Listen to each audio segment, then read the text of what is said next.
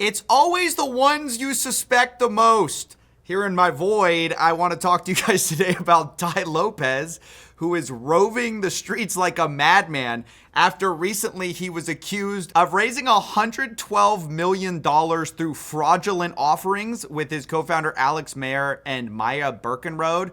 This is the SEC has now taken a case against Tai Lopez, but he's still ranting about books. Remember, they can't control you if you read the right books and inform yourself. Now, let me say, Ty, depending on the outcome here of these allegations, they may be able to control you. I'm just going to be honest with you. It doesn't matter how many books you read.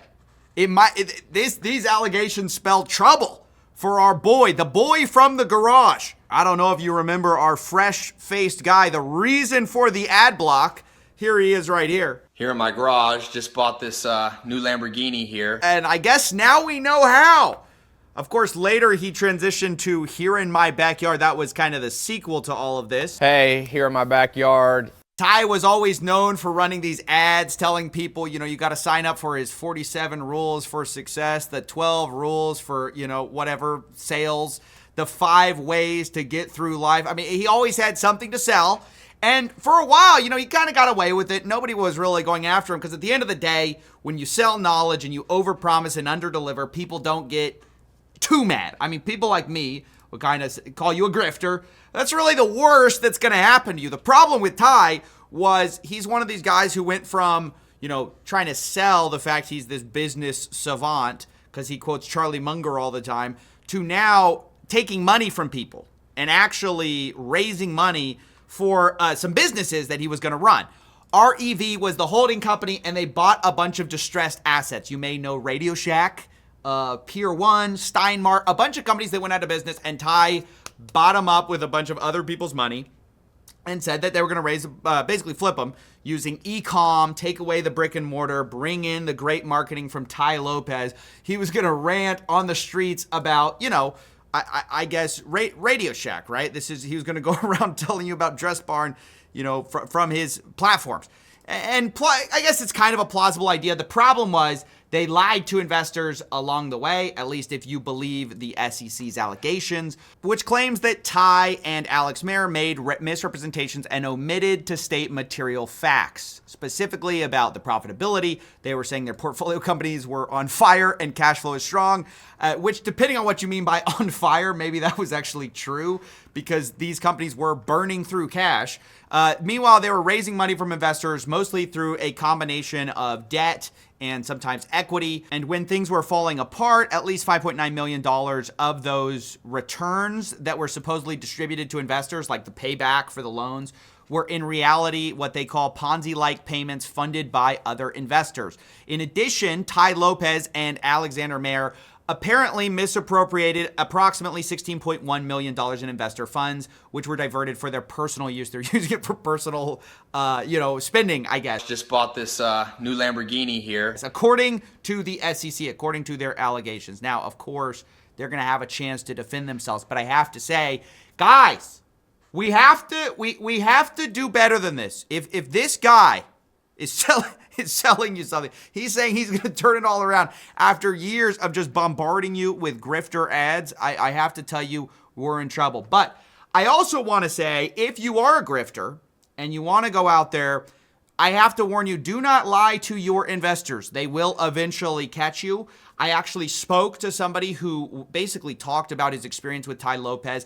The worst part about it by far were all the lies and omissions. They kind of say like, hey, look, I get that businesses fail, but specifically they were dealing with Maya and getting paid back some of their funds. This was at a time where it was not admitted that these companies were doing very poorly. They were saying, oh, we're doing so great. We're doing so awesome. And so Maya was behind the scenes promising to pay this guy back his wire and literally sending, according to him, confirmations of the wire transfer while not actually sending the money. And if you guys don't know, that can be, there can be some criminal liability there sometimes. So, incredibly serious accusations. I'll let him tell it. My name is Jared Getz. I've known of Tai for, obviously many years. He was always, the biggest internet marketer out there. I mean, the deal was great. It was, 20% returns on your money. for 2 years. And then there was supposed to be a return of capital after 2 years and a balloon payment of 40% paid with your principal returned. And so, I threw in, I think it was like $275,000 or something like that. And, and they were paying back, monthly interest payments, and things were going really well. And then right around the time when the principal was due, and I'm a very like easygoing, reasonable person. Right around the time the principal was due, Maya reached out and she was like, hey, is it cool if we postpone your payment for like 2 weeks? We're just getting things in order. And, they sent a test wire and I got the test wire and they said, okay, cool. We sent your wire. And, a day goes by, I didn't get it. 2 days go by, I didn't get it. 3 days, didn't get it. Hey, Maya, I didn't get the wire. Cool. Let me look into it for you. Let me figure out what's going on. About a week later, hey, sorry, Jared, there was an issue with the bank. We're going to have to try this again. Let me know if you got this other test wire. So next day I get another like $50 wire. Yeah, got it. No problem. Great. All right, cool. I'm going to send the rest of it. Of course, I don't get the wire. I don't hear from them for a few days. And then they said they sent the wire again, and I didn't get it. And then I started getting ghosted. And that's when I was like, and to be honest, I'm not the type of person that like, I get it. Investing, you sometimes you win, sometimes you lose. But when there's lies and deception and complete and utter disrespect, that's where things start to get hairy. And so I would, start to get ghosted for a little bit longer and longer until it was like, hey, what's going on with this? And it got to a point where she sent me a screenshot. Hey, the wire got sent out. And I'm like, okay, well, if I got a screenshot of a wire and then I didn't get the wire, of course.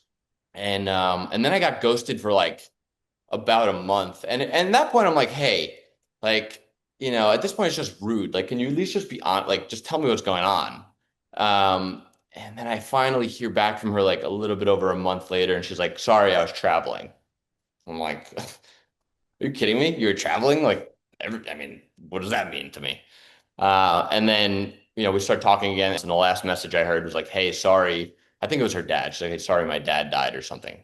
And then I just got completely ghosted from there. And at this point, like, they had set up these WhatsApp communities with all the investors, which at first it was all this camaraderie and everyone's like, hyping each other up. And then people start getting a little bit weirded out that, and you start to see other people aren't getting their money.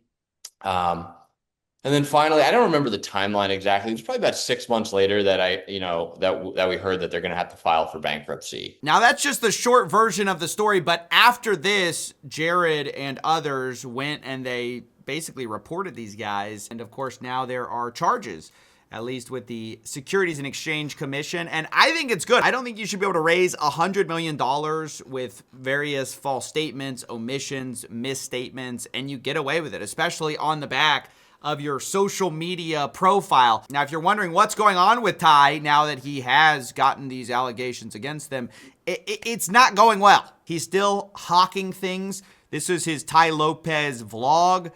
He wants you to text him a private number and he's gonna, potentially sell you on something. But this is just a few days ago. He's talking about the malicious actors that are trying to take you down. It very much feels like, vague posting about what he's actually going through. And make no mistake, we live in a world where you're trying to be controlled, both maliciously by people and indirectly.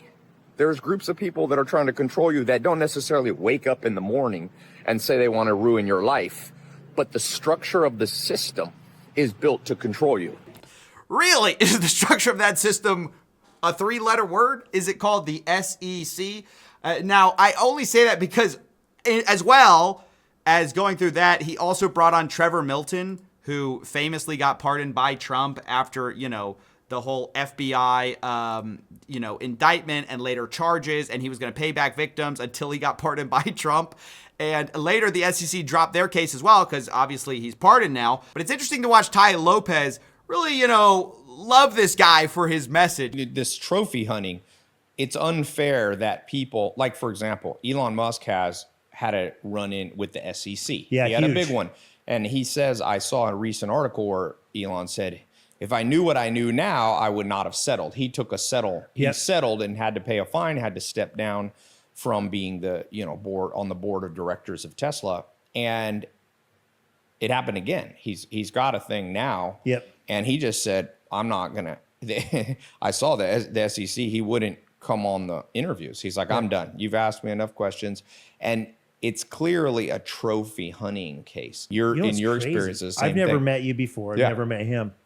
Never once ever spoken to you until today, Yeah. until I got invited on. It's amazing that so many people have had to come to that same realization mentally. What a special thing. Like everyone had to go through their battle. Yes. I honestly thought it was something unique to what I went through. And now Yeah. I'm hearing it's coming from you and him and others. Like, well, it actually makes me feel better about my situation, knowing I'm not crazy. Yeah. This universe took, but it can also just give back. Donald Trump calls you. It's over. You're pardoned. Dude, it was wild. You can almost see Ty hoping for that call himself. Now, look, again, I've talked to some of the investors who've gone through this. It's been horrible trying to get their money back. But also, guys, protect yourself. When somebody grifts and grifts and grifts, do not trust them with your money, please. Ty is still trying to sell stuff to people. He's still trying to push people into stuff. I even got leaked one of Ty's frameworks, and at the bottom of the whole framework is the 3-pillar close, where, just so you guys know, they say if they can't afford it, you first see if they can afford it on a credit or debit card, and if not, we discuss finance options with Klarna, PayPal Credit, or Elective. So this is the kind of guy you're dealing with. Putting your course on Klarna, I don't know what to say. Really bad stuff. Now, I gave Ty an opportunity to respond to the allegations the SEC made. He did not reply. If he does, I will pin it. Okay, that's basically it. Thanks for watching.